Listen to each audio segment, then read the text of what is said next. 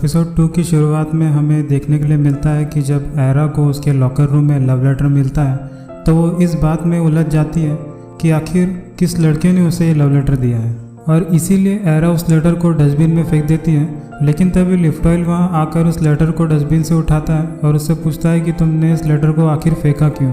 आगे एरा लिफ्टॉयल से वो लेटर वापस मांगती है, लेकिन लिफ्टॉयल वो लेटर उसे वापस नहीं देता और लेटर पढ़ लेने के बाद वो निराश हो जाता है।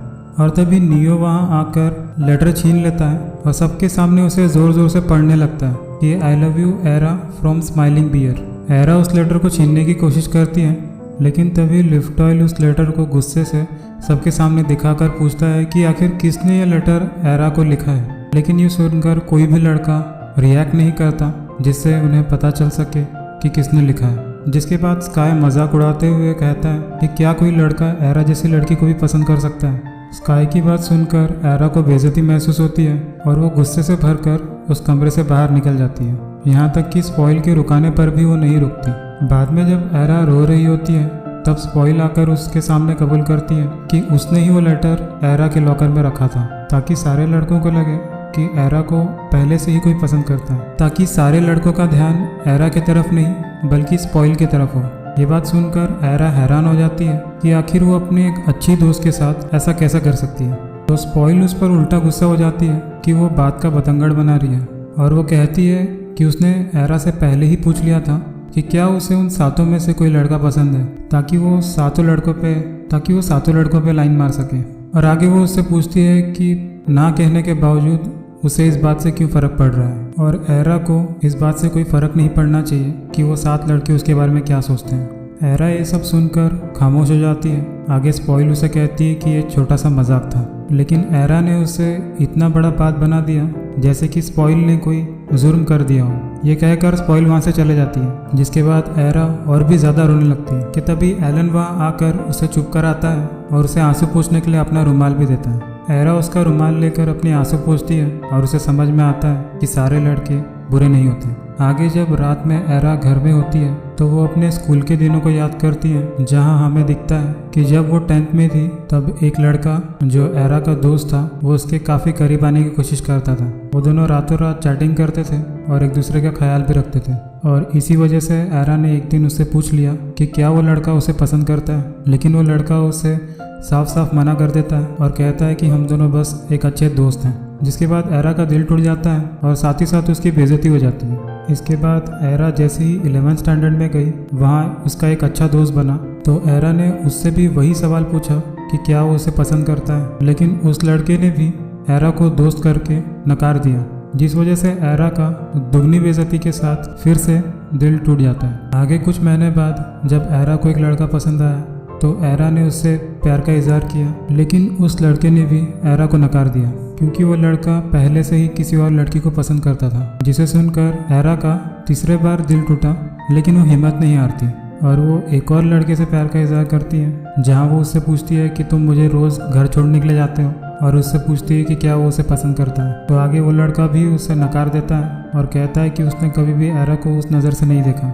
एक और बार रिजेक्शन मिलने की वजह से एरा उसे हैंडल नहीं कर पाती और वो खुद को लड़कों से दूर रखना शुरू कर देती है ताकि दोबारा उसका कभी दिल ही ना टूटे। इसके कुछ समय बाद उसकी दोस्ती स्पॉइल से होती है, जिसके बाद एरा सिर्फ स्पॉइल के साथ समय बिताती है। ना तो वो किसी लड़के के पास जाती है और ना ही किसी लड़के को अपने पास आने देती है ताकि उसका दिल दोबारा ना टूटे। और एरा की इस हरकत की वजह से स्पॉइल भी आज तक सिंगल है और ना ही वो आज तक किसी से बात कर पाई। आगे स्पॉइल और एरा के बीच का झगड़ा सुलझ जाता है और वो दोनों वापस से चैटिंग करना शुरू कर देते हैं। अगले दिन जब एरा क्लास में जाकर अपना लॉकर ओपन करती है तो उसके लॉकर में एक टेडी बियर रखा होता है जिसमें एक चिट्ठी भी है। नोट में टेडी बियर को देखकर एरा सीधे स्पॉइल के पास जाती है और उसे गुस्से से पूछती है कि मना करने के बावजूद उसने उसके साथ ऐसा घटिया मजाक दोबारा से क्यों किया, जिसमें स्पॉइल उसे जवाब देती है कि उसने ऐसा मजाक दोबारा नहीं किया, और इस बात को सुनकर एरा हैरान हो जाती है। स्पॉइल कहती है कि उसने टेडी बियर को लॉकर में नहीं रखा। एरा को स्पॉइल पर भरोसा नहीं होता, तो एरा को यकीन दिलाने के लिए स्पॉइल कहती है कि अगर वो झूठ बोल रही है तो ज़िंदगी में कभी उसकी शादी नहीं होगी और ना ही कभी उसका कोई हस्बैंड होगा। एरा ने कभी भी स्पॉइल को ऐसी बातें कहते हुए नहीं सुना, तो उसे स्पॉइल के बातों पर विश्वास हो जाता है। और तब एरा को लगता है कि कोई लड़का उसके साथ मजाक कर रहा है, लेकिन स्पॉइल उसे कहती है कि ये सच भी हो सकता है, मतलब कि उस क्लब में से ही कोई उसे पसंद करता है जो उन 7 लड़कों में से ही एक होगा, क्योंकि उनके क्लब की चाबी किसी और क्लब के मेंबर के पास नहीं हो सकती जिसका इस्तेमाल करके वो लॉकर को खोल के अंदर टेडी बियर रख सके। लेकिन एरा को इन सब बातों पर यकीन नहीं होता और उसे अभी भी ये सब मजाक लगता है, तो वो वहाँ से निकल जाती है। लेकिन उसके जाने से पहले स्पॉइल कहती है कि जो भी तुम्हें पसंद करता होगा वो तुम्हें लिफ्ट खोलते ही मिल जाएगा। स्पॉइल की बात को सुनकर एरा उसे सीरियसली नहीं लेती, लेकिन उसे डाउट होता है कि कहीं स्पॉइल की बोली हुई बात कहीं सच तो नहीं, मतलब कि लिफ्ट के खुलते ही जो भी लड़का उसे दिखेगा वो उसका लवर होगा, जिस वजह से एरा काफ़ी ज़्यादा परेशान हो जाती है। लेकिन जैसे ही लिफ्ट खुलता है तो वहाँ कोई एक लड़का नहीं बल्कि 7 के 7 लड़के जो उसके क्लब में हैं वो उसे दिखते हैं, जो कि एरा को देखते ही स्माइल करना शुरू कर देते हैं। एरा उन सबको देखकर हैरान हो जाती है और वो सारे लड़के एरा के साथ लिफ्ट के अंदर आ जाते हैं। जेंट एरा से पूछता है कि वो इतनी परेशान क्यों है और उसे परेशानी बताने के लिए कहता है, जिसके बाद स्काई उसका फिर से मजाक उड़ाने लगता है, लेकिन एरा उसे जवाब नहीं देती क्योंकि वो उन सारे लड़कों के बीच परेशान महसूस कर रही थी। इसलिए नियो जब सेल्फी लेने लगता है तो एरा लिफ्ट के रुकने का इंतज़ार न करते हुए उन सारे लड़कों से पहले लिफ्ट के बाहर निकल जाती है। एरा का बर्ताव देखकर वो सारे लड़के हैरान हो जाते हैं। फिर आगे एरा वॉशरूम में जाकर अपनी डायरी रिकॉर्ड करते हुए कहती है कि अगर वो टेडी बियर स्पॉइल ने नहीं दिया तो आखिर किसने दिया है। वो अपने दिल को वापस से टूटने नहीं दे सकती और वो काफ़ी ज़्यादा परेशान हो जाती है। आगे वो अपने लॉकर में रखे हुए टेडी बियर को घूरने लगती है और जैसे ही वो कुछ सामान उसके ऊपर रखती है उस टेडी के अंदर से एक लव सॉन्ग बजने लगता है, जिसे सुनकर एरा इमेजिन करती है कि वो 7 लड़के उसके लिए वो गाना गा रहे हैं। और तभी स्काई वहाँ आकर उससे कहता है कि अगर तुम्हारा फ़ोन में किसी का कॉल आया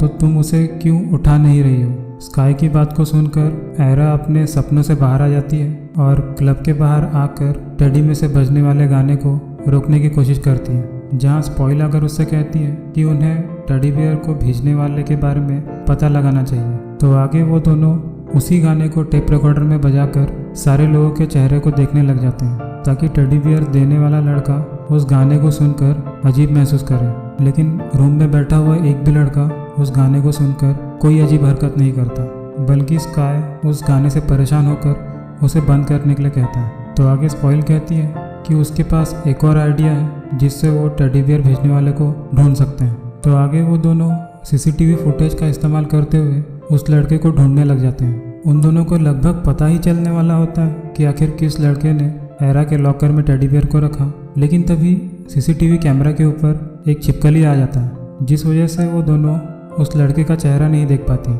उन्हें उस लड़के के सिर्फ शोल्डर की फ़ोटो मिलती है।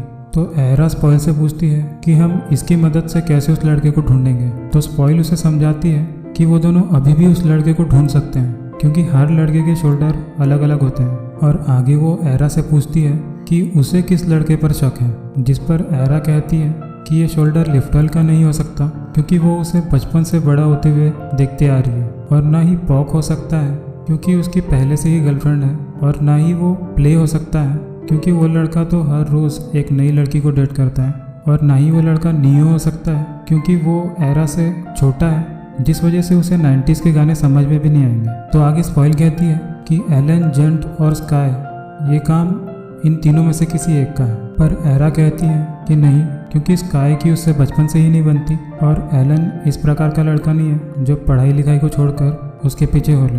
और रही बात जेंट की, तो वो एक जेंटलमैन है और इस प्रकार की हरकत नहीं कर सकता। सारे तरीके से एरा उलझन में पड़ जाती है क्योंकि उसे ये बात समझ में ही नहीं आती कि किस लड़के ने उसके साथ ये किया या फिर कोई उसके साथ मजाक करना चाहता है। तो आगे एरा वापस घर आकर अपनी आवाज़ को डायरी में रिकॉर्ड करने लगती है कि अब वो उस लड़के को कैसे ढूंढेगी। एरा की सारी बातें उसकी माँ चुपचाप सुन लेती है और वो एरा को छेड़ने लगती है कि पक्का उसकी लड़की किसी को पसंद करने लगी है, लेकिन एरा शर्माते हुए उन्हें मना कर देती है कि ऐसा कुछ भी नहीं है। अगले दिन स्कूल में आने के बाद एरा सारे लड़कियों के शोल्डर को बारी बारी से ध्यान से देखने लगती है, पर शोल्डर से किसी लड़के को पहचानना काफ़ी मुश्किल है। इसलिए स्पॉइल डार्ट बोर्ड पर 7 लड़कों की चेहरे को लगाकर एरा से किसी एक लड़के पर निशाना लगाने के लिए बोलती है ताकि बारी बारी से वो दोनों मिलके सबके बारे में पता कर सकें। एरा का सबसे पहला निशाना लिफ्ट ऑयल पर जाके लगता है, पर लिफ्ट ऑयल एरा के लिए कज़न ब्रदर जैसा है और इसीलिए वो लिफ्ट ऑयल को अपने लिस्ट में से हटा देती है। आगे वो स्पॉइल को निशाना लगाने के लिए कहती है। स्पॉइल का निशाना सीधा पॉक की तस्वीर पर जाके लगता है, जिसे देखकर एरा हैरान हो जाती है और कहती है कि उसकी तो गर्लफ्रेंड है ना, जिस पर स्पॉइल कहती है कि हाँ, लेकिन आजकल लड़के एक से ज़्यादा गर्लफ्रेंड बना लेते हैं। इसलिए एरा पॉक से अपनी खोज की शुरुआत करती है। आगे वो पॉक से मिलती है तो पॉक उसे अपने साथ टेबल टेनिस खेलने के लिए पूछता है। एरा उसे हाँ बोलकर उसके साथ टेबल टेनिस खेलने लगती है। पॉक उससे कहता है कि तुम मेरी एक्स गर्लफ्रेंड से ज़्यादा अच्छा खेल लेती हो, क्योंकि उसे गेम्स में बिल्कुल भी इंटरेस्ट नहीं था। ये बात सुन के एरा को पता चलता है कि पॉक का ब्रेकअप हो चुका है, क्योंकि उसकी गर्लफ्रेंड का किसी और लड़के के साथ 1 महीने से अफेयर चल रहा था। पॉक एरा से पूछता है कि क्या मैं बेवकूफ़ दिखता हूँ जिस वजह से उसकी गर्लफ्रेंड ने उसके साथ ऐसा किया। एरा उसे कहती है कि प्यार के चक्कर में हर कोई बेवकूफ़ बनता है और वो भी बन गया। आगे एरा उससे पूछती है कि क्या उसने कभी अपनी एक्स को टेडी बियर गिफ्ट में दिया था। पॉक उसे जवाब देते हुए कहता है कि हर लड़की को टेडी बियर पसंद होता है, लेकिन उसने कभी अपनी एक्स को टेडी बियर गिफ्ट नहीं किया। पर शायद तुम्हें टेडी बियर पसंद है और इसी वजह से मैंने तुम्हें पिछले दिन टेडी बियर के साथ देखा था। जिस पर एरा कहती है कि नहीं, उसे टेडी बियर पसंद नहीं है और वो टेडी बियर उसे किसी अनजान शख्स ने दिया था। और पूरी हिम्मत करके उससे पूछती है कि क्या वो टेडी बियर उसने दिया था। जिस बात को सुन के पॉक हंसने लगता है और कहता है कि हम दोनों कपल्स नहीं हैं जो मैं तुम्हें टेडी बियर दूंगा। उसकी बात को सुन के एरा चुप हो जाती है और आगे पॉक अपनी गर्लफ्रेंड को चीट करने वाली बात कहकर रोने लगता है। इसलिए दोनों गेम को यहीं एंड करके अपने घर जाने लगते हैं, जहाँ पॉक को एरा वही पुराना 90s का संगीत सुनाती है जो टेडी बियर के अंदर से बज रहा था। और तभी एरा हैरान हो जाती है क्योंकि पॉक को वो गाना जुबानी याद था, क्योंकि वो गाना पॉक के बचपन का सबसे मशहूर गाना था। इसलिए पॉक को वो गाना अभी भी याद है।